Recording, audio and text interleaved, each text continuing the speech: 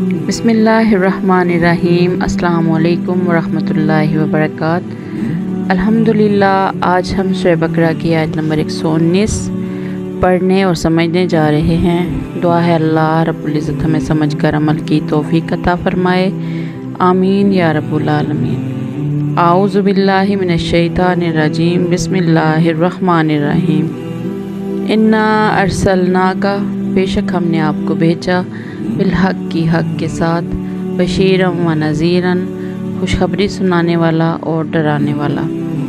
वला तुसअलू, और ना आपसे पूछा जाएगा, अन अस्हाबिल जहीम, जहन्नुम में रहने वालों के बारे में।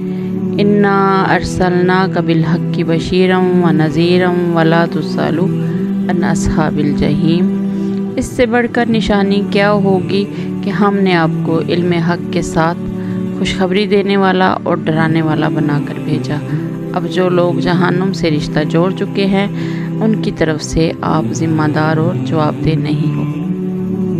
यानी दूसरी निशानियों का क्या ज़िक्र। नुमायाँ तरीन निशानी नबी सल्लल्लाहु अलैहि वसल्लम की अपनी शख्सियत है।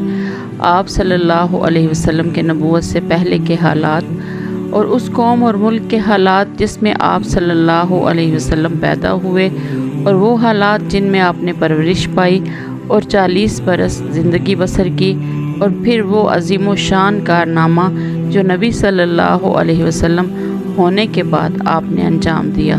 ये सब कुछ एक ऐसी निशानी, रोशन निशानी है जिसके बाद किसी और निशानी की हाजत नहीं रहती। दुआ है अल्लाह रब्बुल इज़्ज़त हमें समझकर अमल की तौफीक अता फरमाए, आमीन या रब्बुल आलमीन। अस्सलामु अलैकुम वरहमतुल्लाहि वबरकातुहू।